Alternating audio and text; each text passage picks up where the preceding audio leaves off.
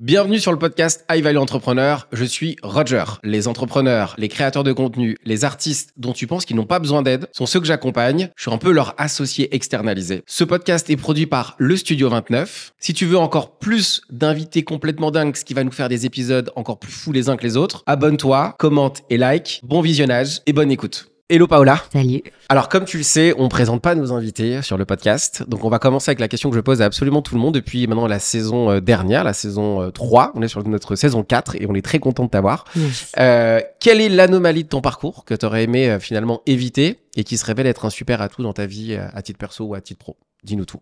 Anomalie, ça voudrait dire que c'est plutôt une faiblesse, un échec, c'est ça? C'est quelque chose que tu aurais potentiellement aimé éviter, Ouais. mais qui finalement...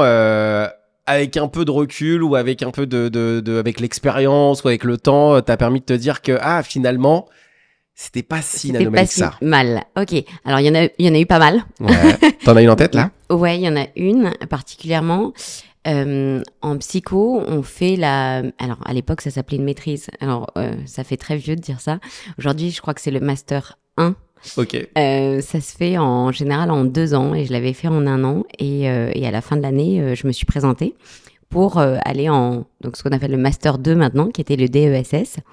Et le directeur du DESS m'a dit non, il fallait le faire en 2 ans, il faut prendre son temps, bref, vous n'êtes pas admise en DESS. Et donc je me suis dit, mais c'est la catastrophe. Enfin, moi j'ai tout fait exprès un peu vite pour pouvoir avancer. Et en fait là je suis un peu bloquée. Et donc, je me suis retrouvée à faire une année en fait blanche et je suis rentrée chez moi dépitée en disant à ma mère, mais mon Dieu, qu'est-ce que je vais faire? Il veut pas m'accepter en DESS, je vais quand même dire les mots de l'époque. Et elle m'a dit, écoute, qu'est-ce que t'as toujours rêvé de faire? C'est maintenant ou jamais qu'il faut le faire. T'as une année pour toi. Et je lui ai dit, en fait, je rêverais de faire le DU de criminologie. C'était à Sainte-Anne à l'époque, donc ça s'appelle le DU de criminologie appliquée à l'expertise mentale. Et en fait, je me suis battue, j'ai tapé à toutes les portes pour pouvoir rentrer parce qu'il fallait avoir le DESS pour le faire, ce DU. Et j'ai réussi, un peu grâce aux résultats de maîtrise justement parce qu'ils avaient été plutôt pas mauvais, et puis un peu de forcing à rentrer et faire ce DU avec dérogation, et donc à être admise ensuite au DESS l'année d'après. Donc j'ai fait les choses de manière inversée, mais grâce à ça, j'ai pu faire le DU de crimino. Ce qui est dingue, c'est que là, tu viens de donner énormément d'informations juste avec ça, qui donne aussi plein de sujets à aborder pour la suite. Et tu dis que c'est un peu ton rêve. Et je me pose la question là rapidement, quel est quand tu étais plus jeune, parce qu'on va aussi découvrir un peu ton parcours.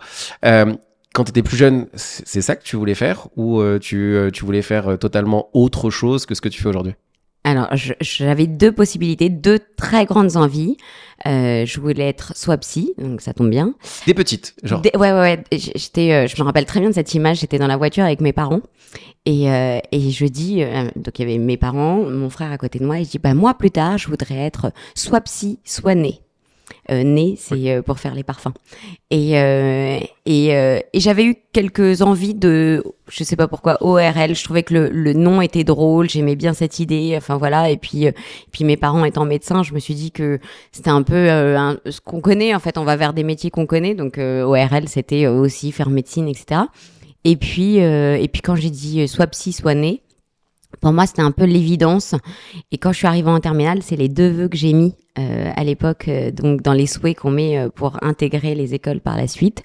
Et j'ai été d'abord prise en psycho, et donc je me suis dit que c'était le destin qui m'offrait cette opportunité-là. Franchement, devenir psy, quand on est relativement jeune, alors il y a plein de gens qui veulent devenir, il y a les stéréotypes, des garçons, des filles, pompiers, maîtresses, vétérinaires. Je crois que c'était la première personne avec qui je discute qui sait rapidement qui veut devenir psy. Est-ce que tu peux me dire quel âge t'avais à ce moment-là? Genre quel âge ou à peu près? Je pense que je devais avoir 8 ans. Ah ouais. Donc CE2, CE1, Oui, à l'école primaire quoi. En fait, pour moi, il y avait déjà mes parents travaillaient ensemble en tant que médecins. Ils avaient monté un cabinet avec plusieurs autres disciplines, spécificités dans la médecine. Et on était sur le même palier, c'est-à-dire qu'on vivait, on va dire, sur le palier de gauche, et eux avaient leur cabinet sur le palier de droite. Et je trouvais que d'avoir cette possibilité finalement d'avoir ses parents qui bossent, mais de pouvoir les voir en permanence. Tu vois, ma mère venait entre chaque consultation vérifier si on faisait bien les devoirs. Enfin, tu vois, en fait, il y avait une forme de présence, même si elle bossait beaucoup. Et tu vois, elle finissait quand même, avec mon père, il finissait de bosser vers 20h30, mais malgré tout, en fait, il y avait beaucoup de présence. Et puis, on allait entre deux patients, puis s'il y avait un patient qui venait pas, on pouvait aller les voir pendant un quart d'heure dans le cabinet, etc. Donc, il y avait, pour moi, une forme de facilité à s'installer en libéral que j'allais pouvoir retrouver aussi dans ce métier-là. Donc pour moi, il y avait d'entrée de jeu une envie de pouvoir recréer un espace de liberté dans mon milieu professionnel. Moi, quand j'étais plus jeune, quasiment au même âge que toi, j'ai découvert un livre de mon père sur les à peu près j'étais dans cette à peu près la primaire, un truc comme ça, sur les micro-expressions. Et j'ai découvert qu'il y avait tout un univers sur la psychologie que j'ai trouvé absolument génial. Je le dis très souvent, c'est comme si j'avais découvert un livre de code. Ouais. Pour les humains, et j'avais trouvé ça absolument génial. Toi, qu'est-ce que tu trouvais dans la psychologie? C'est quoi le facteur qui t'a le plus intéressé, en tout cas à cet âge-là? Moi, c'est que c'était d'observer les gens et de me dire, les gens sont prévisibles, beaucoup plus que ce qu'on peut imaginer. Et d'avoir cette appréhension et de me dire, je vais pouvoir anticiper, observer, m'adapter. Ça a été une hyper révélation, ça a été une révélation de dingue pour moi de me dire que c'est pas si inconnu que ça, en fait, c'est pas si imprévisible que ça. Qu'est-ce qui toi t'a intéressé dans l'humain, en tout cas, parce que forcément psychologie de l'humain. Oui, bien sûr. Alors il y a plusieurs choses. La première, c'est que j'aime aider. J'avais cette envie de pouvoir aider les médecins, quelle que soit finalement un peu leur spécialité. Donc tu vois, mon père est pédiatre, ma mère était allergologue. Finalement, ont aussi, ou en tout cas se doivent d'être aussi un peu psy. C'est-à-dire qu'ils se doivent aussi de discuter, de trouver aussi pas seulement un diagnostic, mais peut-être un terrain d'écoute pour le patient. Donc j'ai toujours alors j'étais beaucoup finalement avec ma mère quand j'étais malade. Je pouvais rester, tu vois, quand elle allait travailler à l'hôpital, elle m'emmenait avec elle. Enfin voilà, j'avais beaucoup finalement cette présence à côté d'elle pour comprendre déjà comment pouvait fonctionner sa façon de travailler. Donc c'est vrai que d'aider les autres, c'est un peu intrinsèque. Je la voyais faire et donc c'était une envie que j'avais envie de perpétuer. Et puis ensuite, effectivement, t'as cette idée que tu peux comprendre le comportement de l'autre. C'est pas seulement l'anticiper, pour moi, c'était plutôt le comprendre. Quand j'étais donc petite, je devais avoir, avant l'entrée en CP, puisque donc, en fait, la maîtresse dit à ma mère, écoutez, j'aimerais bien qu'elle aille se faire tester. Donc, j'ai été me faire tester chez un psy. C'était ma première rencontre avec un psy.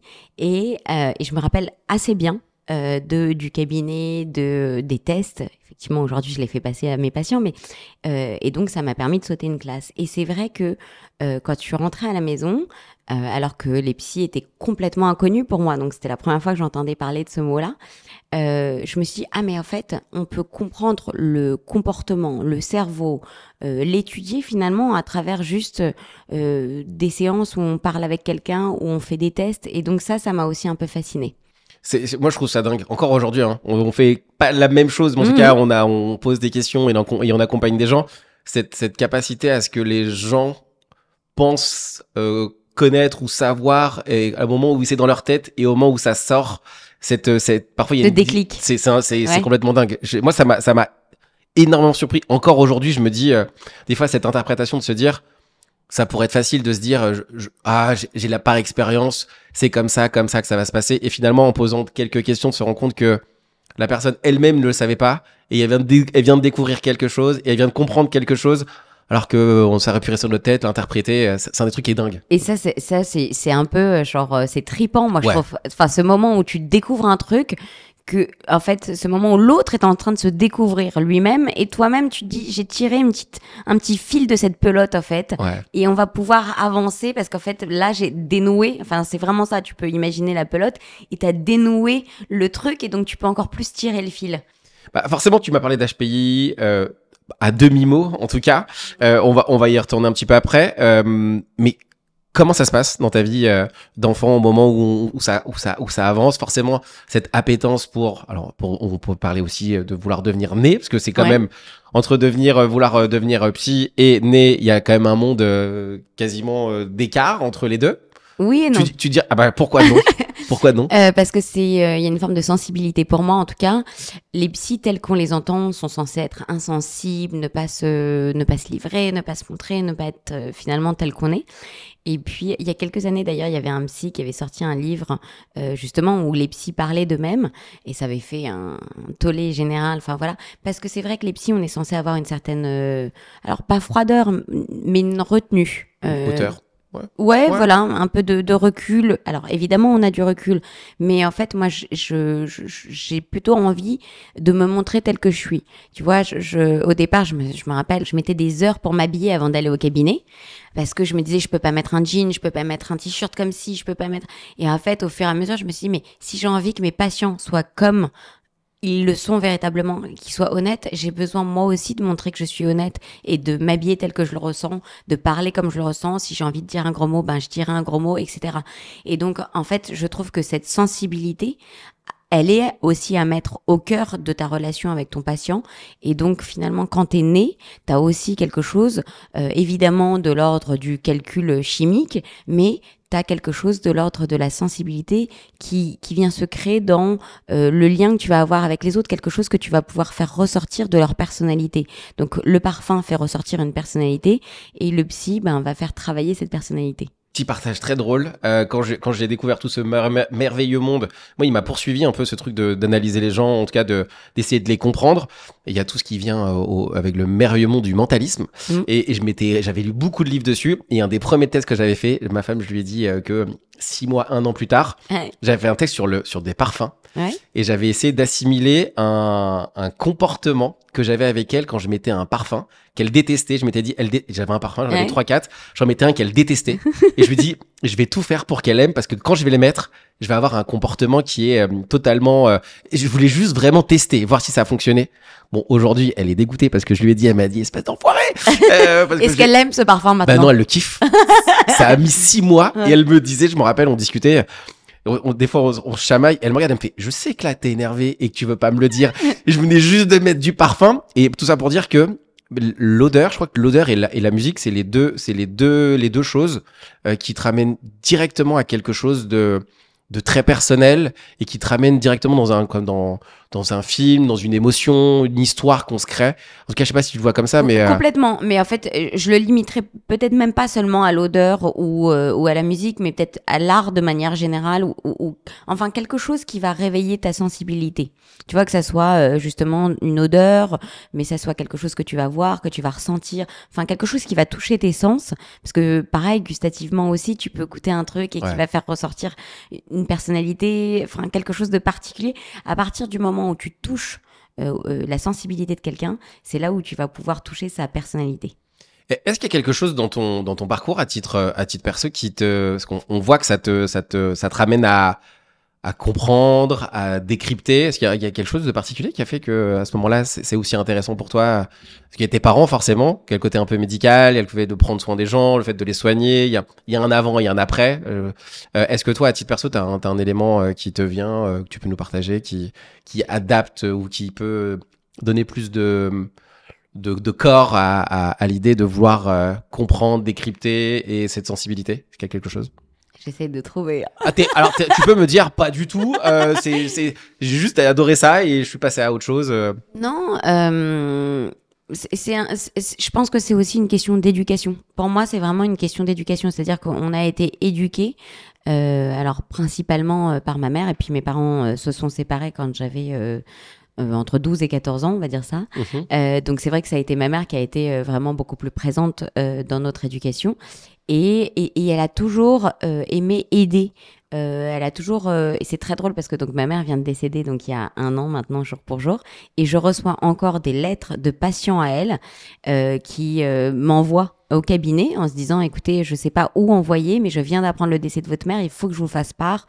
Elle m'a aidée, elle m'a sauvée, elle m'a apporté tellement de bien-être. Enfin, je reçois des lettres, mais véritablement, je vais toutes les semaines, voilà. Et c'est assez fort parce que tu te dis, mais finalement, elle a fait vraiment quelque chose, elle a fait un vrai don d'elle-même pendant toute sa vie. Et c'est ça ce que je pense qu'elle nous a transmis véritablement. Tu t'en rendais compte qu'elle avait cet impact-là quand tu étais plus jeune? Ou alors sur tes mes parents, les patients Ouais. que je croisais, tu vois, quand je passais au cabinet, que j'étais derrière dans le bureau de la secrétaire, me disaient ah là là, votre mère, elle est fantastique, machin. Donc oui, je m'en rendais compte, mais surtout au fur et à mesure, tu vois, ça c'était vraiment génial pour moi, c'était un super souvenir. C'était chez nous, c'était ce qu'on appelait la maison du bonheur. Donc la porte était tout le temps ouverte et toutes les copines, les copains pouvaient venir quand on voulait. Enfin voilà. Et ma mère avait une ouverture d'esprit assez géniale. Et ce qui fait que mes copines se confiaient aussi à elle comme si c'était un peu leur mère. Donc il y avait en fait vachement de liberté de parole. Et ça, c'était assez génial dans le sens où c'est là où je me rendais compte que ma mère avait une utilité grâce à la parole. C'est vrai que là, aujourd'hui, la communication, ça reste un... Je dis souvent, les gens avec qui je bosse, je fais 80, allez, je vais dire 99, mais 99% de tous les problèmes peuvent être résolus avec la communication. Et je donne souvent l'exemple on est capable de potentiellement réchauffer un caillou dans l'espace parce qu'on n'arrive pas à communiquer. Tout seul, sans communication, impossible. Aucun être humain est capable de le faire. La communication, c'est ce qui résout, qui peut résoudre tous les problèmes. Et quand on a des parents qui ont la possibilité de nous amener à faire ça, c'est une valeur c'est une valeur de dingue. Et t'avais un grand frère. J'ai un grand frère. T'as un grand frère. Ça se passait comment cette communication tous ensemble avec la famille? Alors c'est ça qui est génial, c'est que quand on était petit, on se tapait dessus, mais on s'est en fait, c'était chien et chat, c'est-à-dire à la fois on s'envoyait limite à l'hôpital, on s'est défoncé en se tabassant, vraiment on se donnait des gros le cliché frère et sœur quoi, presque. Ouais. On y allait vraiment, enfin il y a quelques cicatrices, tu vois, encore qui restent et tout. Non, il y a eu des vrais trucs. Tu sais pourquoi c'était aussi violent? Pourquoi c'était violent? Honnêtement, je ne sais pas pourquoi c'était violent, mais aujourd'hui, je me dis peut-être que ça nous a permis de lâcher tout ce qu'on avait à lâcher. Non, et puis je pense qu'on était dynamique. On a toujours été finalement un peu, c'est ça, surexcité. Actif. Ouais, peut-être, je sais pas. Tu vois, on s'est jamais trop posé la question. En tout cas, oui, il y a une forme d'hyperactivité à vouloir faire plein de choses, ça c'est sûr. Donc on avait besoin de se castagner. Voilà, ça faisait partie du truc qu'on kiffait, tu vois. Et au final, on s'en mettait plein la gueule. Et de l'autre côté, on était fusionnels déjà. Lui faisait attention à moi, mais d'une manière extraordinaire, c'est-à-dire que ça a toujours été comme un protecteur en fait depuis que je suis petite, c'est-à-dire qu'à chaque fois que mes parents voulaient pas m'acheter quelque chose, mon frère disait c'est pas grave, moi je vais te le prendre et je vais te l'offrir avec mon argent. Donc c'était hyper mignon, il était déjà en fait en train de vouloir toujours me gâter, me faire plaisir.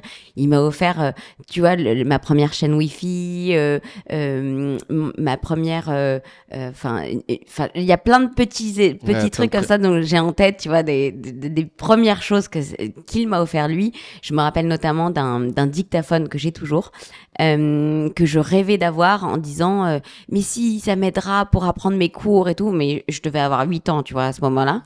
Et je l'ai conservé finalement jusque à la fin de mes études parce qu'effectivement, pour travailler mes cours, je m'enregistrais et je les écoutais pour m'endormir et c'était mon frère qui me l'avait offert. Donc il a toujours eu ce petit rôle-là et aujourd'hui, on est, j'ai envie de dire, les meilleurs amis du monde et à la fois, on se dit souvent qu'on est comme des faux jumeaux avec 4 ans d'écart. C'est-à-dire que on se ressemble tellement et à la fois on se connaît tellement l'un l'autre qu'il y a une vraie connexion hyper forte. Et depuis le décès de notre mère, on a décidé de faire un truc, on se fait un petit dîner tous les deux, tous les mois. Donc c'est notre moment de partage, tu vois, sans nos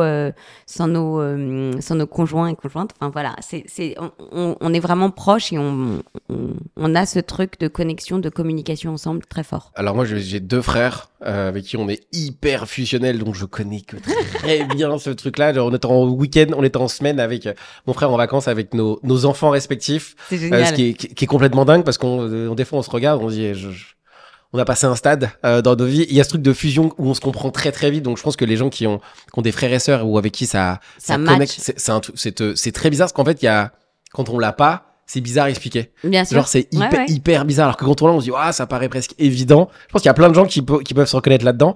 Et je vais revenir sur l'aspect que justement, t'as été diagnostiqué, c'est ça?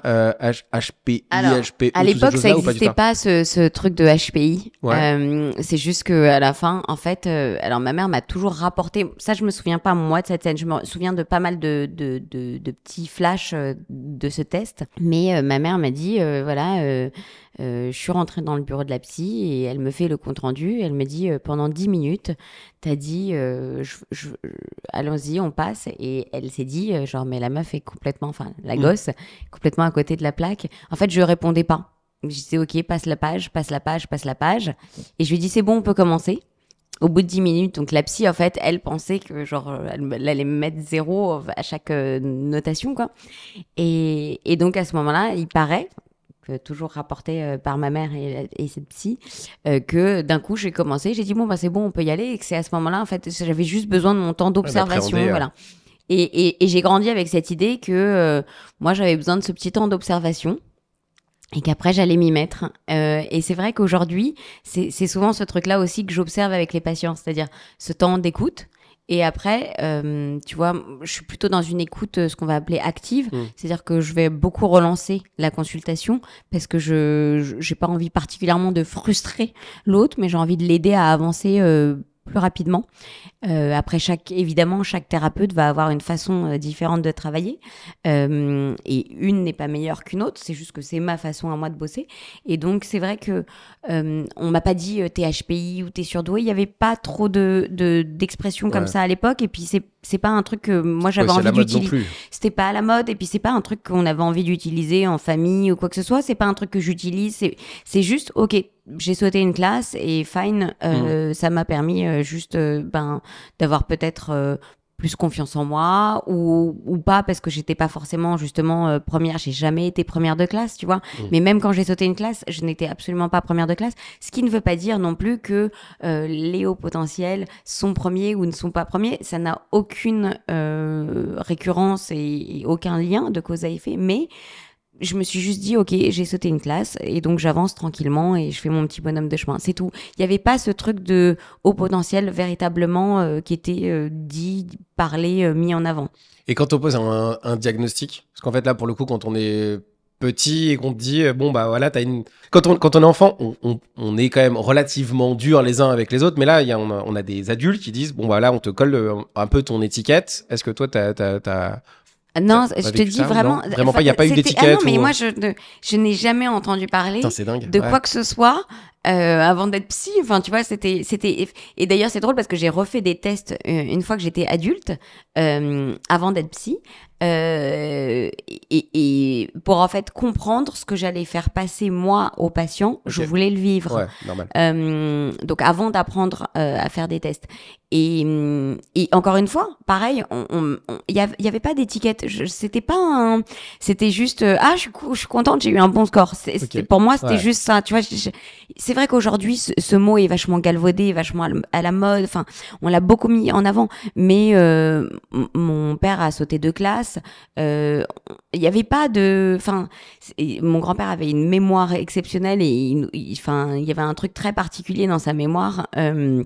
Et c'était pas un truc qu'on mettait en avant, c'était juste raconte-nous des choses. Il vient de lire un bouquin, il nous le recrache, tu vois, de manière mot pour mot. C'était assez génial, donc on s'amusait. Enfin, mais il y avait pas ce côté ça veut dire que t'es doué, surdoué ou t'as un potentiel intellectuel. On parlait vraiment pas de ça. Et pourtant, on avait une communication hyper ouverte sur tous les domaines et les terrains, mais ça faisait pas partie d'un sujet. En fait, c'était ok, tu bosses. En fait, tu sais ce que je dis souvent, mais même à mes patients encore aujourd'hui, tu peux avoir du potentiel, mais si tu l'utilises pas, il sert à rien en fait. Donc le potentiel intellectuel, on s'en fout un peu. C'est bizarre pour une psy même de dire ça, une psy qui fait passer des tests, mais ton potentiel, si tu ne l'utilises pas, il ne te sert à rien. Que ça soit d'ailleurs intellectuel, mais à tout point de vue, c'est-à-dire que pareil pour un sportif, si t'es sportif mais que tu l'utilises pas, ouais ok c'est génial d'avoir un potentiel, mais est-ce que t'en as fait quelque chose? Forcément, il y a le sujet de tes parents qui te font faire un diagnostic. Alors aujourd'hui, c'est presque, il y a trop de parents qui cherchent à faire des diagnostics, mais là, est-ce que tu penses qu'il y a le côté médical de tes parents qui t'ont dit, allez, on va lui faire un test et Pas du tout. Même pas? Ah non, c'était que la maîtresse qui avait convoqué ma C'est mère. la maîtresse, ok, Ouais, d'accord. c'est la maîtresse qui avait convoqué ma mère. Je te dis, je ne savais. En fait, tu sais, j'étais la deuxième enfant. Donc, on stimule toujours, entre guillemets, un peu moins les deuxièmes Ouais, enfants. c'est pas Mon faux. frère, lui, il savait déjà lire et écrire à l'entrée en CP. Moi, donc j'ai sauté la dernière année de maternelle. Donc, j'étais en moyenne section. L'alphabet, c'était du hiéroglyphe. Je ne faisais que dessiner. Je passais ma vie à dessiner. Et c'est justement, c'est ça qui est assez drôle, par le dessin que la maîtresse a dit, écoutez, je trouve que les dessins sont assez dingues. Il y a du sens du détail et de l'observation. Donc, j'aimerais qu'elle passe des tests. Donc, en fait, C'est dingue. c'est devenu une vanne en famille. C'est-à-dire que ma mère a gardé le dessin il est encadré. Hein, c'est même pas... je te jure, c'est vrai. Il est encadré, donc le fameux dessin qui a servi à la maîtresse pour montrer à ma mère en disant... Il faut l'emmener chez une psy. En fait, c'était juste... la maîtresse avait demandé de dessiner notre mère. Et j'avais fait les taches de rousseur, les grains de beauté, voilà, plein de détails. Les cils. Et donc, la maîtresse a dit, excusez-moi, en fait, il y a un niveau de détail assez dingue. Est-ce que vous pouvez... ça ressemblait pas véritablement à ma mère, mais il y avait un niveau de détail. Est-ce que vous pouvez la faire tester? Donc, ce n'est que, finalement, cette maîtresse sur observation d'un dessin. Mais autant te dire que j'étais vraiment naze en termes d'apprentissage scolaire à ce moment-là, quoi. Il y avait aucune acquisition véritablement en avance. Voilà. Mais c'est vrai que donc le diagnostic n'a pas été fait... n'a pas été demandé parce que mes parents étaient dans le milieu médical, mais plutôt par la maîtresse. Et d'ailleurs, aujourd'hui, je trouve que c'est mieux quand c'est les profs qui demandent. Moi, c'est vrai que je suis plus à l'écoute quand c'est une maîtresse, un maître, des profs. Orthophoniste. Exactement. Ouais. Un professionnel, en fait, soit de la santé, soit du milieu scolaire, plutôt que des parents. Alors après, je ne nie pas, il y a un truc, c'est que les parents ont un flair et un instinct sur leur enfant que personne ne peut avoir ou n'a. T'arrives à l'expliquer? Tu sais l'expliquer pourquoi c'est parce qu'en fait, parfois, on se dit le cordonnier le plus mal, qui est le plus mal chaussé, et on a parfois un avis qui est soit surestimé sur ses parents, sur ses enfants, Oui. ou sous-évalué. Qu'est-ce qui fait qu'aujourd'hui les parents ont un peu ce flair, d'après toi? Alors, en fait, je dirais que pour moi, ce truc-là déjà vient de mon père qui m'a toujours dit, en tant que pédiatre, si une maman arrive en disant mon enfant a un problème, il me dit je vais toujours l'écouter parce qu'une mère connaît mieux son enfant que n'importe qui sur cette planète et connaît mieux finalement son enfant qu'un médecin. Donc, si une mère dit non, il y a un souci, il faut y prêter attention. Et donc aujourd'hui, je pense que quand les parents débarquent en me disant « je crois qu'il y a quelque chose », il faut que j'y prête attention. En tout cas, je ne peux pas balayer cette parole comme si ça n'avait aucune importance.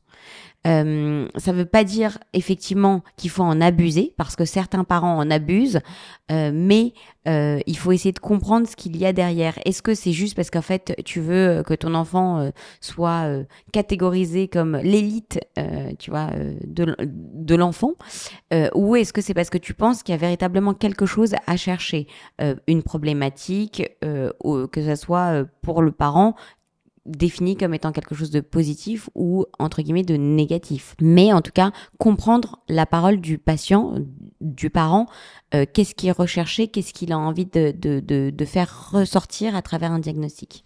Forcément, je vais te poser cette question-là. Est-ce qu'aujourd'hui, avoir un diagnostic comme étant... parce qu'il y a HPI, il y a HPE, il y a du TDAH, TDAH, il y a il y a zèbre, il y a truc. Moi, quand j'ai fait ma formation de coaching et que j'ai découvert cet univers, il y a une personne qui me fait peut-être que le truc est HP. Et moi, je crois que c'était hôpital psychiatrique.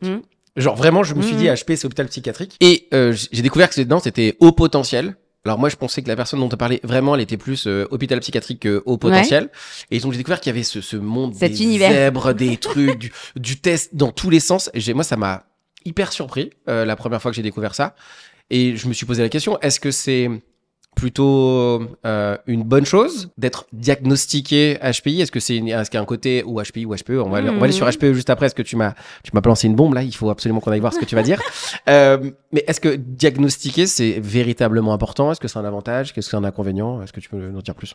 Alors, d'abord, le diagnostic à un instant T ne va pas être le même potentiellement dans 2 ans, dans 5 ans, dans 10 ans. Je suis tellement content de t'entendre. Je passe mon temps à le répéter et il y a très peu de gens qui le disent. Franchement, je crois que tu es une des premières personnes qui... Alors, déjà, ce que je dis, c'est surtout que, en fait, HPE est du bullshit. Ouais. Donc ça, il y en a pas beaucoup aussi qui le disent. Donc je me prends des scuds de temps en temps. Mais même des psys qui le disent. Ouais, on est peu nombreux. Mais enfin, parce qu'en fait, peut-être qu'on n'a pas beaucoup la parole par rapport aux, je sais pas comment dire, mais aux gens qui écrivent sur Internet. Okay. Tu vois, et donc en fait quand tu vas dire ah bah non ça veut pas dire, enfin tout le monde n'est pas HPI par exemple parce que il est mauvais élève ou il est bon élève ou il est mal dans sa peau, enfin tu vois ce que les gens véhiculent sur Internet, quand on ose nous psy dire mais non c'est du bullshit, ben en fait t'as des gens qui te tombent dessus en te disant c'est pas vrai parce que moi la cousine du frère de mon père qui était en fait il y a 15 ans surdoué, et ben en fait il était archi mal dans sa peau, donc ça veut dire qu'il y a un lien. Ben en fait nous psy on se lève et on dit haut et fort que non, il n'y a aucun lien entre le fait d'être bien ou mal dans sa peau, le fait d'avoir une personnalité particulière avec le potentiel intellectuel. On parle de 2 domaines différents. On peut au contraire avoir une meilleure résilience, on peut avoir une meilleure capacité d'adaptation, parce que l'intelligence, c'est la capacité à s'adapter à une situation nouvelle. Donc là, oui, mais en termes de personnalité, de mal-être dans sa peau, etc., non, tout ça n'a aucun lien. Ça, c'est le premier truc pour lequel je me prends un scud. Le deuxième, c'est que HPE n'existe pas. Depuis quand on entend parler de ce haut potentiel émotionnel? Alors, il n'y a pas d'échelle d'émotionnel, donc il peut pas y avoir un potentiel s'il n'y a pas d'échelle. Il n'y a pas de test pour vérifier, pour quantifier l'émotion chez quelqu'un. Ce ne sont que potentiellement des questionnaires, donc des auto-questionnaires. Donc effectivement, si j'ai envie de dire que je suis hyper émotive, eh ben je suis hyper émotive. Si j'ai envie de dire que je suis pas du tout hyper émotive, je suis pas du tout hyper émotive. Donc ce ne sont que des tests finalement qui sont très subjectifs. Et ensuite, ça ne veut pas dire évidemment que l'hyper sensibilité n'existe pas. Ce sont 2 choses différentes. J'allais dire, est-ce que les deux sont liés ou pas du tout? Non, okay. En fait, ce sont 2 choses différentes. L'hypersensibilité, l'hyperémotivité, tout ça, ça existe. Je ne dis pas que ça n'existe pas, mais en revanche, tu ne peux pas le quantifier. C'est autre chose. Oui, c'est par rapport à son propre baromètre de qu'est-ce qui est hyper et qu'est-ce qui l'est pas. Exactement. Okay. Et t'as le droit de dire que t'es hypersensible, mais me dire, tu vois, j'ai des patients qui débarquent dans mon bureau en me disant, alors moi je suis HPI, HPE, je me dis ok, donc en fait HPE déjà ça existe pas, donc si t'es hypersensible, tu peux dire que t'es hypersensible sans aucun souci. Et HPI, est-ce que t'as été diagnostiqué, est-ce que t'as fait des tests? Non, mais ma prof m'a dit ça, mon copain m'a dit ça, mes parents m'ont dit ça. J'ai fait un test sur Internet. Et tout ça, en fait, n'est absolument pas validé, et j'en suis désolée pour les gens qui ont l'impression que HPI est le Graal et que HPE existe.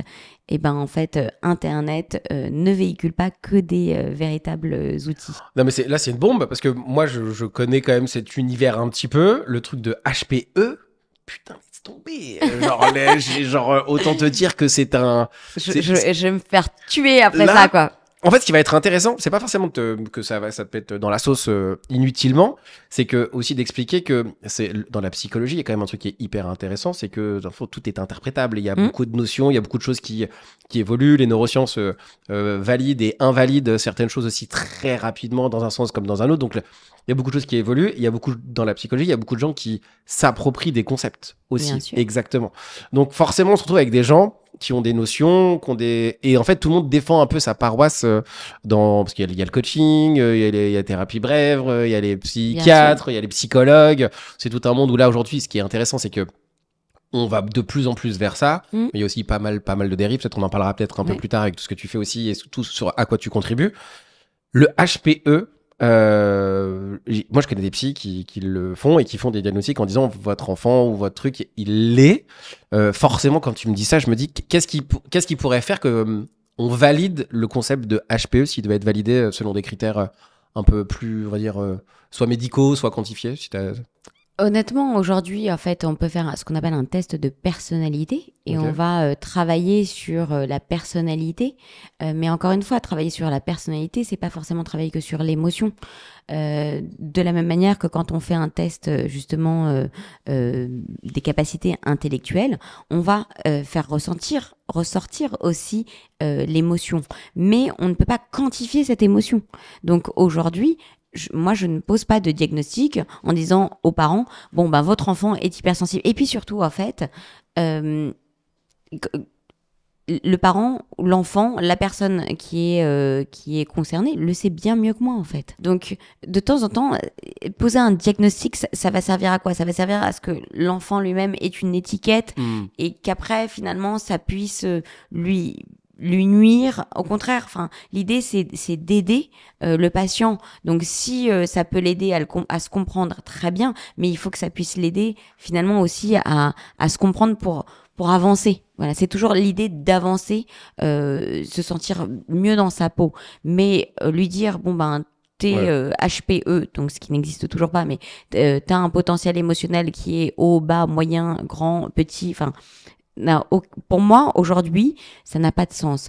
Maintenant, si les outils de mesure existent par la suite pour calculer un potentiel émotionnel et que ce sont des outils qui ont été validés par finalement la société, on va dire, des psys, alors ok, évidemment, je suivrai, enfin, en tout cas, je réfléchirai différemment. Aujourd'hui, il n'y a aucun outil pour pouvoir mesurer un potentiel émotionnel. Ok, donc si vous êtes HPE, dites-vous les gars, vous n'avez pas encore l'étiquette. Il va falloir la créer au pire. Voilà. Est-ce que le diagnostic de HPI aujourd'hui, parce qu'en fait forcément tu disais ce qu'on fait maintenant, peut-être dans 10 ans, il aurait évolué. Est-ce que ça marche aussi est-ce que ça marche? Est-ce que il évolue, il peut baisser et diminuer ou augmenter de manière significative ou Alors pas en du tout? fait, ton potentiel intellectuel, il repose sur plusieurs, on va dire, critères, ou en tout cas échelles, d'accord? Ce qu'on appelle nous des échelles. Donc tu as de l'inné, tu as de l'acquis, donc ton potentiel et ce que tu utilises. Donc ça peut évoluer. Surtout pour l'acquis. Et puis ensuite, ce que tu vas avoir peut évoluer aussi bien dans un sens entre guillemets positif que dans un sens négatif. Et puis en fait surtout, c'est que ça peut montrer des failles que tu vas pouvoir travailler. C'est aussi à ça que ça sert aujourd'hui de poser un diagnostic sur sur ce qu'on appelle l'intelligence à la fois potentielle et intelligence cristallisée, c'est-à-dire acquise. L'idée, c'est quand tu poses un diagnostic, c'est qu'est-ce qu'on va en faire? C'est toujours pareil, c'est toujours ce potentiel, c'est tu peux avoir du diagnostic, mais qu'est-ce que tu vas en faire? Voilà. Donc, effectivement, aujourd'hui, il y a beaucoup de gens qui ont l'impression que c'est le Graal. Toujours pareil, si tu n'en fais rien, ben, ça va te servir à rien. Et puis, il faut se rappeler que il y a moins de 3% des personnes qui sont dans cette catégorie qu'on appelle HPI, et que donc tout le monde n'y est pas, et tout le monde ne peut pas y être, et que c'est pas une déception. Moi, j'ai beaucoup de patients, après notamment une vidéo qui a fait beaucoup parler d'elle-même, où j'ai fait passer donc les tests de QI à McFly et Carlito. J'ai beaucoup de patients qui sont venus pour se faire tester et qui avaient une forme de déception absolue à ne pas justement avoir ce haut potentiel intellectuel. Et c'est vrai que ça a été pour eux un espèce de bouleversement dans leur vie. Donc en amont, moi, je préviens toujours les patients. Je dis, en fait, qu'est-ce que vous attendez de ce test? Pourquoi vous le faites? Qu'est-ce que vous recherchez? Et essayer d'expliquer, en fait, de faire comprendre qu'est-ce que ce résultat va faire naître ou pas chez eux. Parce que là, ce qui est très drôle avec cet écosystème un peu, allez, on va utiliser le mot zèbre pour pas dire HPI, truc, bref. Allez, HPI zèbre. Mais zèbre aussi, c'est une expression qui a été, pareil, un peu inventée, galvaudée, qui regroupe plein de trucs dedans, on sait pas trop. Mais surtout qu'ils se reconnaissent entre eux, ça qui est drôle, qu'en fait, ils le sont peut-être pas, mais ceux qui le sont peut-être pas arrivent à reconnaître des gens qui potentiellement le sont. Je sais pas si t'as En vu, tout cas, ils disent qu'ils le ils sont. disent qu'ils le sont. Et ils arrivent à se reconnaître. Il y avait ce truc de, on arrive à se reconnaître entre zèbres, alors Ouais. que 1% de la population, on parle mondiale ou la population en France ou... En fait, le test de QI est en français pour la France, Ouais. mais en fait, c'est le même dans tous les pays. Ok, donc ça veut dire qu'il y a quand même très, c'est une infinité de... Ouais, on a 2, quelques pourcents.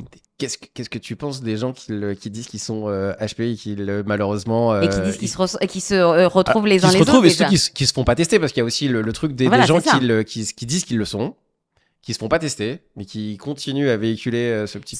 Alors, moi, ça ne me dérange pas parce Ouais. que ça veut dire qu'en fait, ils en ont besoin.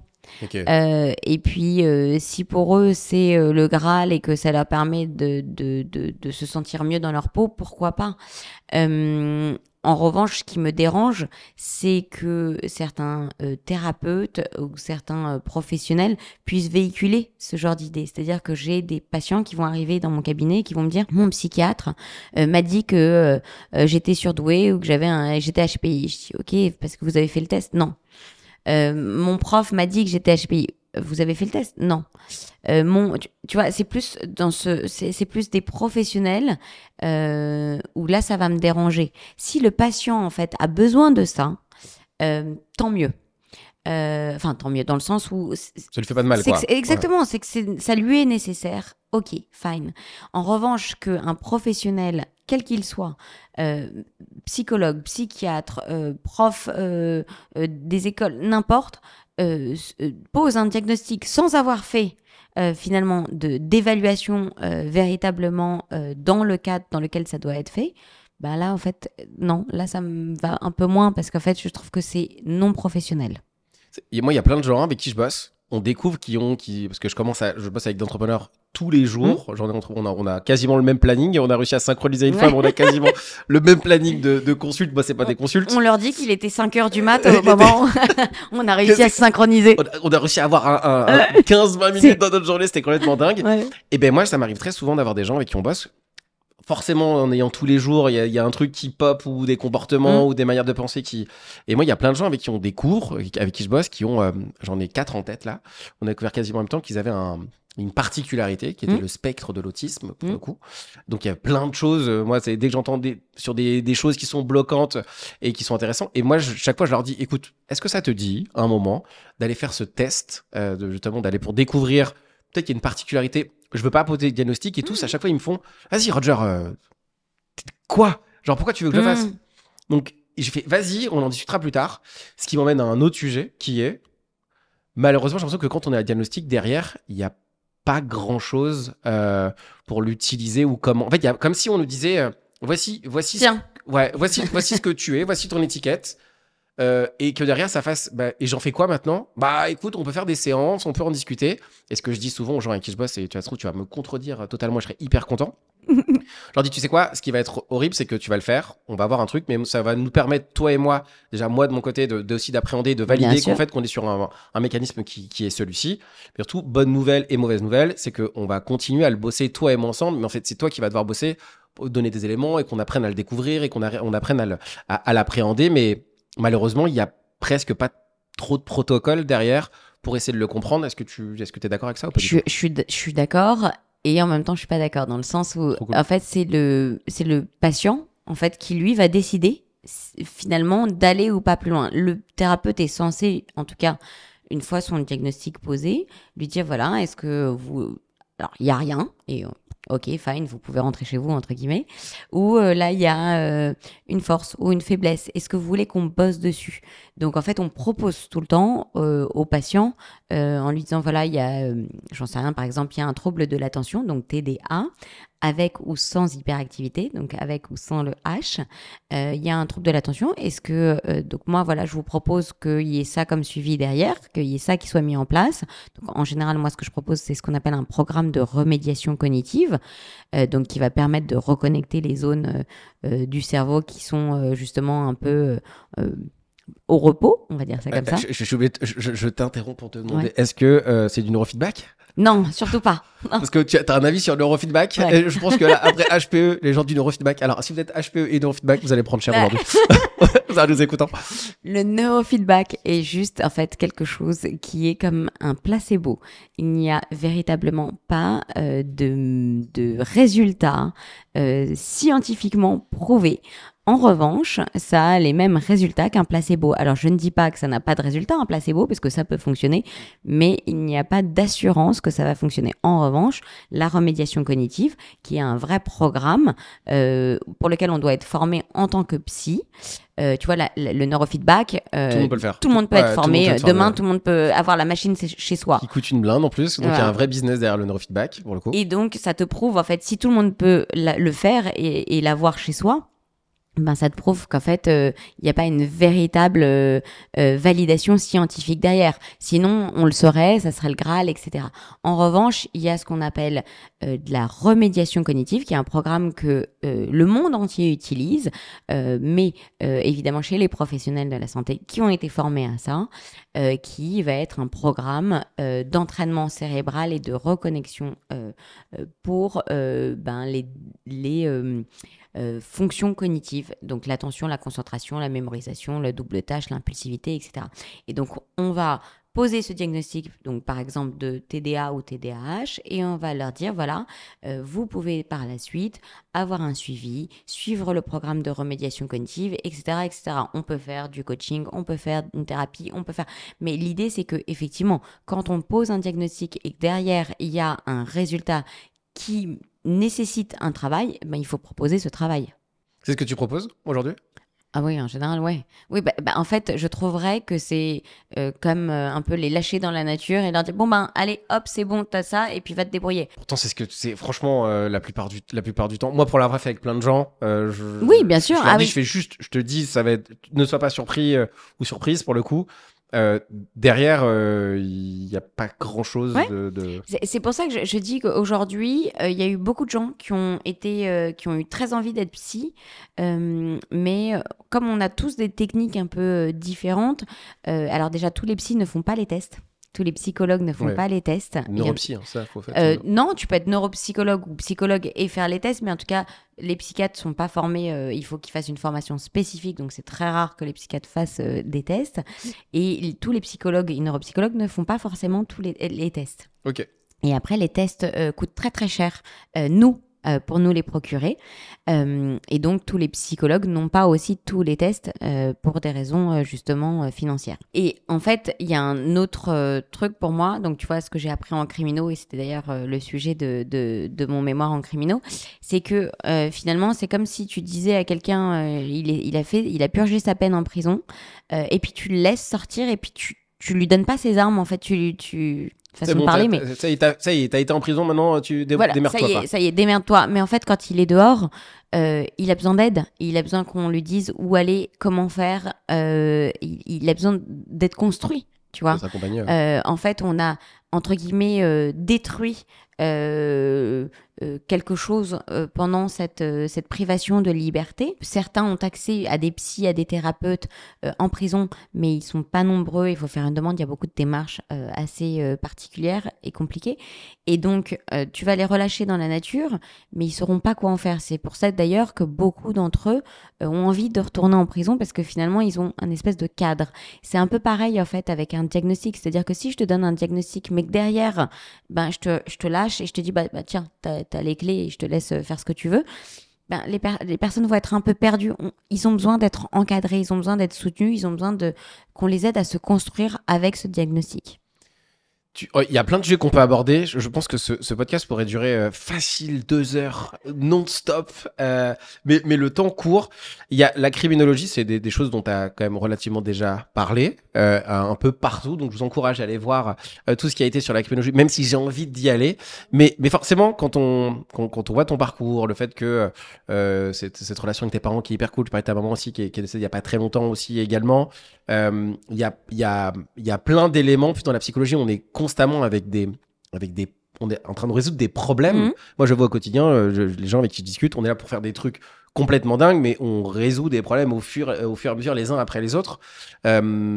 J'ai une question qui est pour toi, mais qui n'est pas de moi, dont je vais avoir besoin de mon téléphone. Hello Poulette, c'est Joanne. Alors j'avais une question essentielle à te poser aujourd'hui.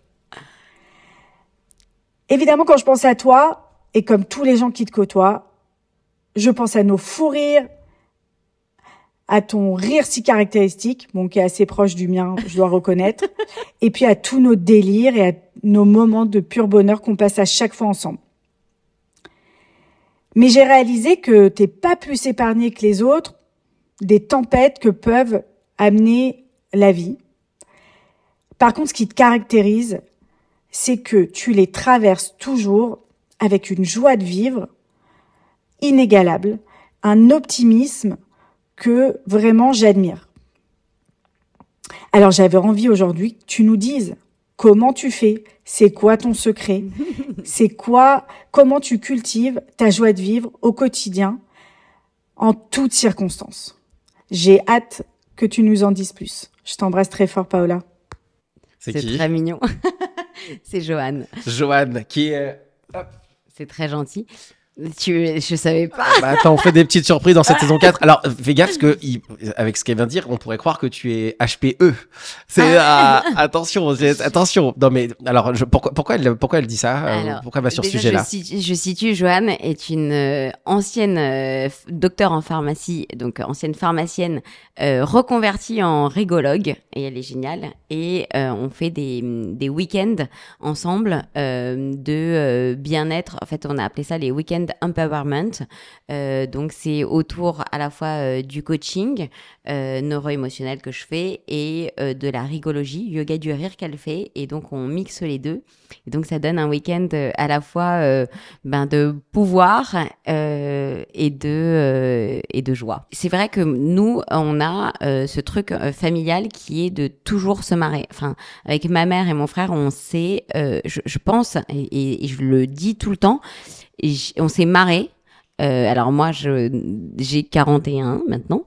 On s'est marré pendant 41 ans. Voilà, je n'ai fait que me marrer, et ça n'a toujours été que une réponse à tout ce qui pouvait se passer dans la vie. C'est-à-dire que elle sait, Joanne, ma phrase préférée, c'est pas grave.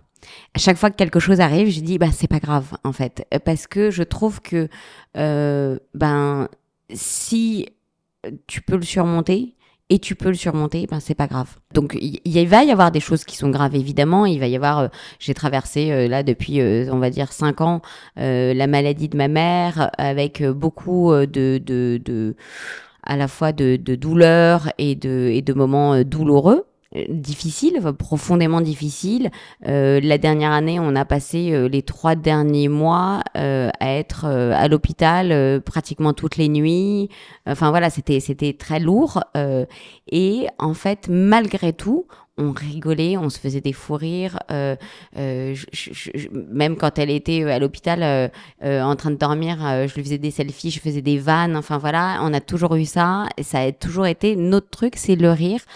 Parce qu'il n'y a rien de plus génialissime sur cette planète, en fait, que le rire. Et pourquoi s'attarder sur un truc qui va finalement te rendre triste, quand le rire peut débloquer tellement de choses, peut t'amener à tellement t'éclater et vivre dans le bonheur. Enfin, donc le rire, pour moi, c'est un peu la solution à tout. Surpris de ce message? Surprise, pardon. Mais grave. Je m'attendais pas du tout à ça. Ce qui permet aussi de nous amener sur le... franchement, le fait de prendre tout avec un peu de philosophie, en tout cas d'essayer d'aller chercher ça. Le sujet de ta maman, on a une invitée qui s'appelle Kenza, qui est venue, qui parlait justement de le fait qu'elle a partagé qu'elle a eu la chance de partager un peu la fin de sa vie, la fin de la vie de sa maman, de créer des moments, de créer du lien. C'est un peu ce que j'ai l'impression que tu as fait aussi, qui a l'air de... Alors, nous, on avait déjà une relation franchement exceptionnelle. Aussi bien mon frère, ma mère et moi, enfin les trois... aussi bien les trois ensemble que chaque unité l'un avec l'autre. Enfin voilà, je sais pas trop comment on le dit, mais on avait déjà cette relation assez exceptionnelle, fusionnelle.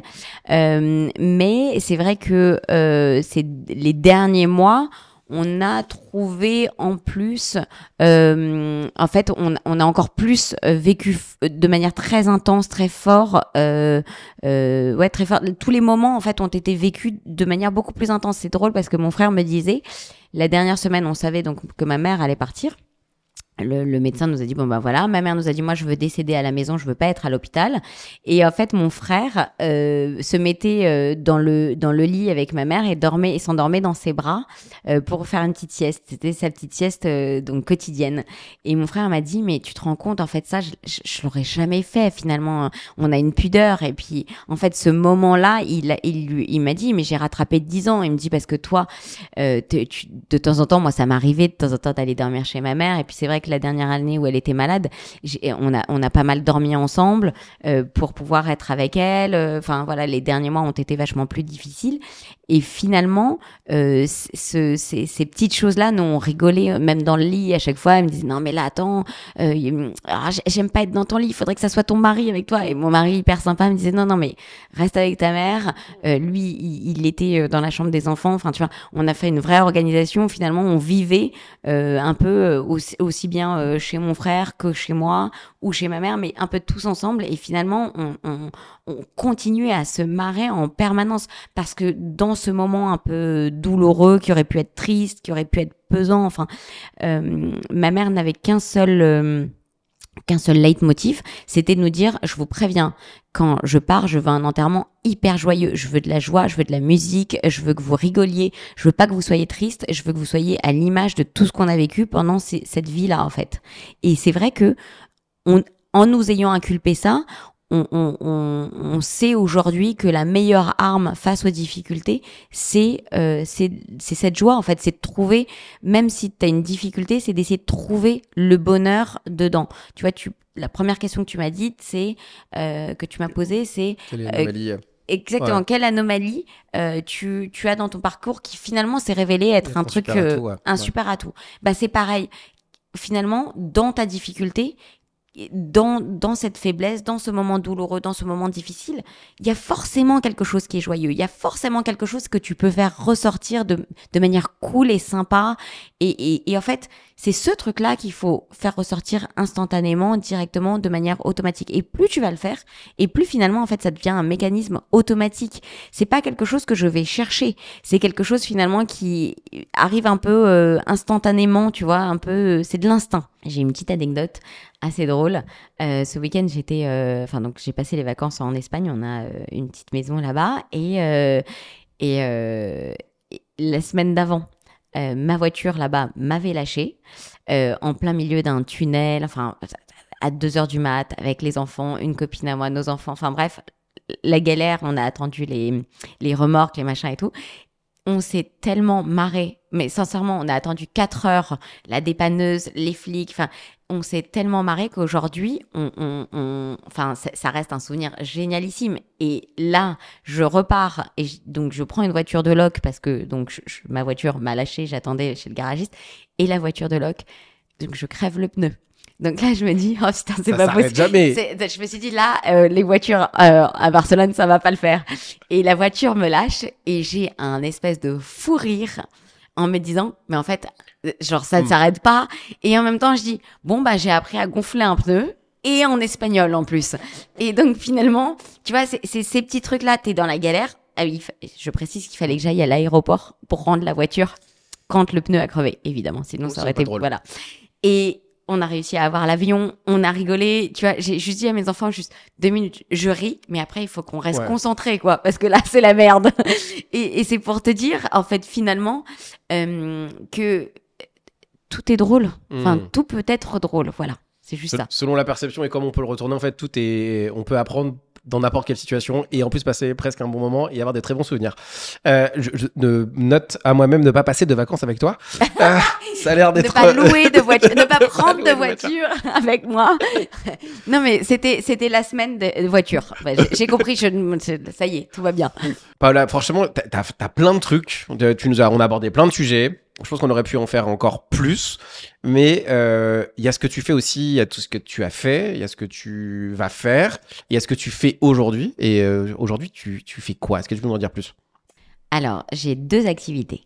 Il y en a une du lundi au jeudi et une le vendredi. Bon, évidemment, je compte pas l'aspect maman, femme, voilà. La vicote, quoi. Exactement.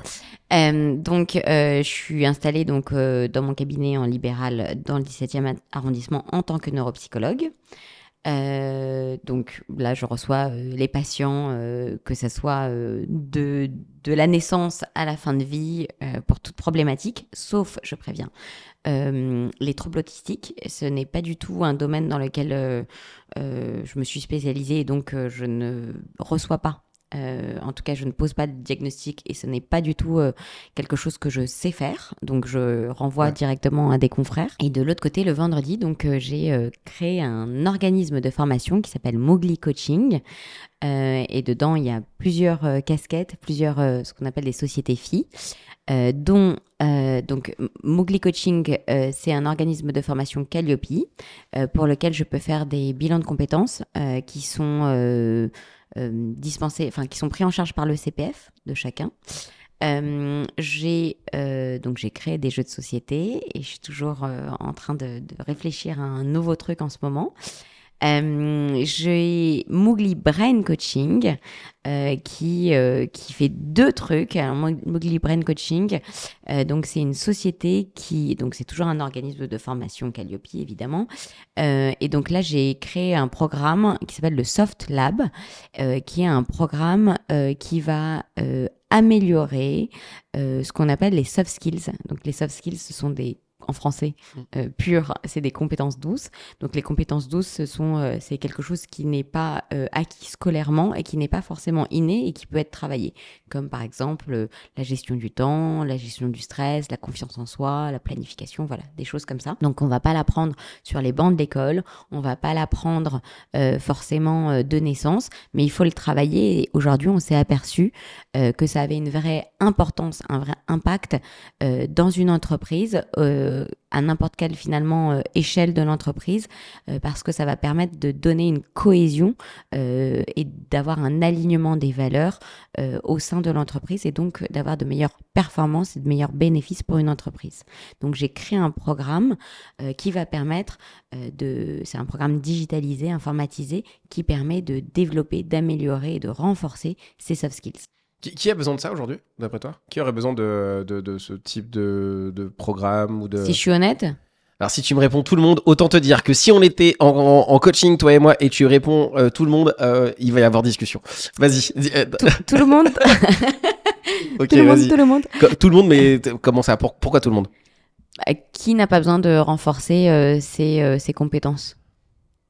C'est ça la question. Donc tout le monde. Tout le monde. Mais tout le monde a besoin. Il y a une spécificité ou un type de personne, ou vraiment, quand tu dis tout le monde, c'est que aujourd'hui... Tout le monde a besoin de renforcer ses compétences pour être pas seulement plus compétent, comme son nom l'indique, mais pour être plus épanoui, pour avoir la sensation que les choses sont plus fluides, pour avoir la sensation d'être moins dans un travail qui va demander trop d'implication émotionnelle, tu vois, pour revenir sur l'émotionnel.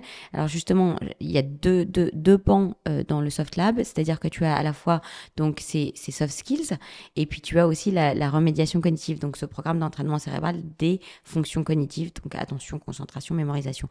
Et le complément des deux, en fait, tout le monde en a besoin. Tout le monde a besoin d'améliorer à la fois nos compétences émotionnelles, mais aussi nos compétences cognitives pour avoir la sensation que finalement ton travail est quelque chose qui t'est agréable et pour laquelle aussi tu ne fais plus autant d'efforts cognitifs et donc tu es moins fatigué de manière cognitive. Tu vois, à la fin de la journée, tu es moins fatigué, ton cerveau est moins fatigué et en plus, tu as été heureux de venir travailler. C'est pourquoi je dis, je vais taquiner, mais je suis totalement d'accord avec toi sur la réponse de qui en aurait besoin. Je pense que tout le monde en a besoin. C'est tellement pas un acquis, c'est tellement pas pris en considération dans le système éducatif que de toute façon, les soft skills, on ne passe notre temps à les utiliser sans savoir qu'on les utilise. Pourquoi je suis un peu taquin là-dessus et pourquoi ça peut être même intéressant pour les gens de le savoir, c'est que si c'est pour tout le monde, en fait, c'est pour personne. Ça qui est hyper marketingment parlant en termes de positionnement. Complètement. Alors que là, quand je l'ai sous les yeux, on peut discuter justement et je suis allé voir.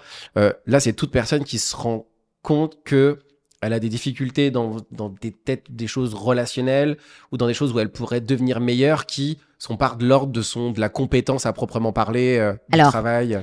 Le Soft Lab repose, donc j'ai créé le Soft Lab, et repose sur des questionnaires en fait d'évaluation, d'accord, et de ce qu'on appelle des questionnaires de positionnement au démarrage. Donc ces questionnaires permettent aux personnes en entreprise qui vont mettre en place le Soft Lab de pouvoir se quantifier entre guillemets pour chacun des soft skills. Pour chacun des soft skills qu'ils vont évaluer. Donc en fait, il y en a sur lesquels tu vas être bon, il y en a sur lesquels tu vas être moins bon. Donc en fait, c'est pour tout le monde, mais ça ne veut pas dire que tout le monde doit utiliser l'entièreté de la formation des soft skills. Donc il y en a un qui va pouvoir utiliser la maîtrise de soi, l'autre qui va utiliser la confiance en soi, etc. Gestion du temps. Exactement. Ouais. Donc, organisation. Exactement. Tous ces soft skills, en fait, peuvent être travaillés, mais c'est pas parce qu'ils peuvent être travaillés qu'ils vont devoir être travaillés. Ça va être vraiment, quand je dis que c'est digitalisé, c'est aussi sur mesure. C'est vraiment un programme qui est sur mesure et qui te permet de travailler en fonction de tes envies et tes faiblesses. Et derrière, tu vas avoir après ce test de positionnement, des exercices, des jeux, des mises en situation, des jeux de rôle, des vidéos où j'explique ce que signifie ton score dans un soft skills. Et donc, effectivement, toute personne qui a envie, en tout cas, de s'améliorer, pas forcément seulement de performer, mais au moins de s'améliorer, d'être plus épanoui en entreprise, peut faire le Soft Lab. Et effectivement, quand tu disais tout le monde, ça veut dire aussi personne. De la même manière, donc par exemple le Soft Lab, je suis associée avec une grosse entreprise du CAC 40 et j'ai décidé aussi de le développer chez les enfants. Et donc on est en projet avec une entreprise aussi pour le développer chez les enfants. On peut suivre tout ça où? Si on a envie d'aller découvrir tout ce que tu nous dis et d'en savoir un peu plus. Alors, aussi bien sur Instagram. Alors, ça soit la plateforme Instagram ou LinkedIn, je vais poster des choses un peu différentes, pas forcément le même public, les mêmes choses. Ouais. Sur mon site internet aussi, qui est en refonte, donc là on remet un peu l'actualité du jour. Donc j'essaye en fait de tenir au courant. C'est vrai que tant que les contrats sont pas définitivement signés, dans mes projets, j'en parle pas trop. Et puis souvent, c'est vrai que comme les gens en fait regardent sur LinkedIn, ils peuvent voir qu'il y a le Soft Lab, que voilà, je fais des événements, que je fais des choses. Donc s'ils ont envie de le mettre en place, en fait, directement, ils m'envoient un message, ouais, ils me contactent directement. Trop bien. Est-ce qu'il y a des soft skills qui sont plus intéressantes que d'autres à développer, d'après toi?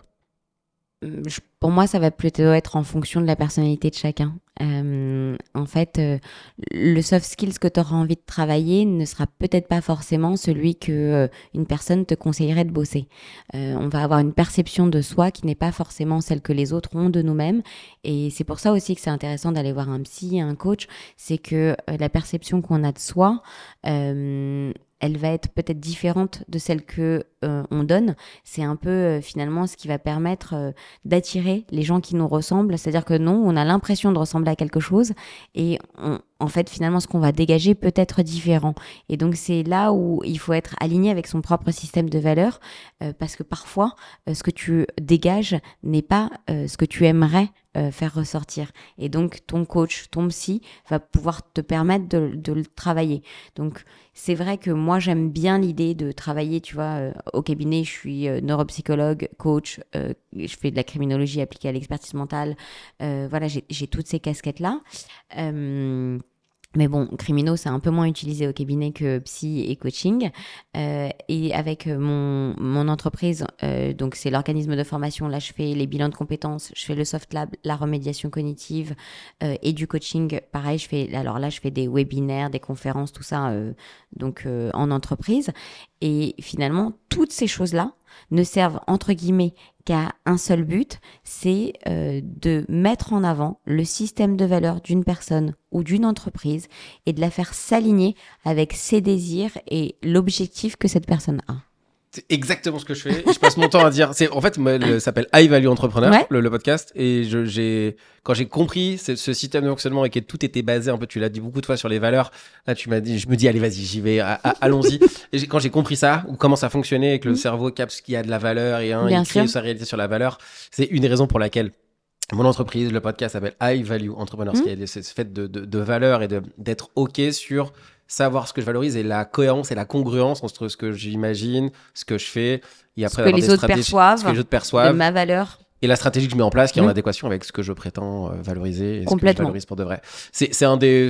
tous les gens avec qui je bosse, je leur dis, il y a un seul truc avec lequel tu repartiras, c'est le job qu'on va faire qui est que sur toi, qui malheureusement dans mon spectre limite un peu moins valorisé parce que c'est très aller chercher des chiffres, aller chercher de la croissance, mais qui Ouais, finalement mais en même les temps, deux tu sont- mises sur toi. Ouais, sont étroitement liés. Et alors, c'est vrai que les gens attendent des résultats entre guillemets financiers, Ouais. mais sauf qu'en fait, au fur et à mesure, malgré tout, les gens commencent un peu à revenir dessus en se disant, en fait, moi avec moi-même, je peux pas savoir combien je vaux, mais en revanche, je sais que je vaux plus qu'avant. Ah, c'est une putain de punchline. C'est une putain de punchline. Tu sais, moi, dans les soft skills, il y en a une qui revient souvent, qui est de plus en plus, et je pense que ça va pas s'améliorer, c'est le fait que les entrepreneurs ou même les gens de manière globale, les salariés, ont un énorme problème avec le fait de savoir gérer de l'humain. On arrive aujourd'hui où c'est très, très, très compliqué de gérer de l'humain, et ça, j'ai l'impression que ça devient de plus en plus compliqué. Est-ce que tu serais... Alors là, je te balance une question qui va être dure, mais j'ai trop envie de t'entendre là-dessus. Pourquoi aujourd'hui l'humain c'est aussi dur à gérer dans mon spectre à moi aujourd'hui, les entrepreneurs, la difficulté qui revient tout le temps, c'est putain en fait ça me saoule limite de créer une grande entreprise pour gérer l'humain. Pourquoi faire en fait? Parce que c'est le côté faillible, il est dans l'humain, dans le fait d'entreprendre. Est-ce que tu arrives à l'expliquer ou tu aurais une notion qui pourrait nous permettre de comprendre ou, Alors cet aujourd'hui, t'es dans la déshumanisation de tout. C'est-à-dire que je veux quelque chose, j'ai une barre de recherche qui va me le trouver plus rapidement que moi avec mon encyclopédie et mon dictionnaire. Je veux avoir à manger, et je vais déshumaniser le truc. Je vais pas me faire moi à manger pendant 1h30. Je vais commander et ça va arriver tout chaud chez moi. En fait, on a déshumanisé notre société. On rigole sur Internet des gens qui se font mal, qui se font des pranks, qui se font... Mais nous tous, je suis pas du tout en train de pointer les autres. On le fait tous. Et c'est ce qui fait que, en fait, aujourd'hui, c'est comme si se moquer des autres était devenu une forme de normalité. Aller de plus en plus vite, d'être dans l'instantané et demander quelque chose, et donc de créer des gens qui sont dans une forme d'intolérance à la frustration. Le non n'est pas acceptable. Je veux tout de suite maintenant, finalement, fait que nous sommes de plus en plus déshumanisés. Il faut réapprendre ces valeurs de communication, de cohésion, du temps, de prendre le temps. Alors petit à petit, on en parle un peu plus avec les enfants. Il faut prendre le temps, il faut les écouter, Mais nous, en tant qu'adultes, on oublie beaucoup aussi ces notions-là qui sont indispensables, pas seulement pour notre société, mais aussi pour soi, pour finalement être plus épanoui. Tu vois, quand on disait mise sur toi, parce que oui, effectivement, tu peux pas savoir d'un point de vue financier, mais tu peux aller mieux. Et aller mieux, c'est indispensable, en fait, pas seulement pour toi, mais aussi pour ton entourage. Et donc, en travaillant sur cette humanisation des relations, sur ce côté, à renforcer ce côté relationnel et aussi être moins, en fait, plus tolérant vis-à-vis de la frustration, on va pouvoir regagner en relation, en soft skills, en confiance en soi, pour moi, en fait, la déshumanisation se fait parce que aujourd'hui le monde est devenu peut-être trop facile, trop rapide, trop exigeant. Exactement. Cette surconsommation et cette ultra exigence, intransigeante exigence fait que aujourd'hui on est dans une forme de course sans comprendre qu'en fait on se perd dans cette course, alors que prendre le temps d'être heureux, d'être joyeux, de vivre l'instant fait que on va être beaucoup plus performant. Et la maxime le proverbe, je sais pas comment on dit, de Mowgli Coaching, c'est se former et performer. Parce qu'en fait, c'est un peu ce truc-là, c'est apprendre, pour pouvoir en fait prendre le temps. Ouais, finalement, c'est la chose que l'humain veut faire le plus, c'est accélérer. Et je dis une phrase tout le temps. Non, mais c'est ça. C'est tout système à sa date limite d'utilisation optimale. J'ai la délio des systèmes humains. Et l'accélération, c'est ce qu'on a toujours recherché et on cherche à aller vers l'accélération.